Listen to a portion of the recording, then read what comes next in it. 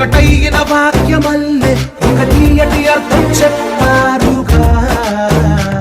విడివిడిగా వెళ్ళు స్వరాలే కల కలిపిన రాగమల్లె ఒక కమ్మని పాటై నిలిచారుగా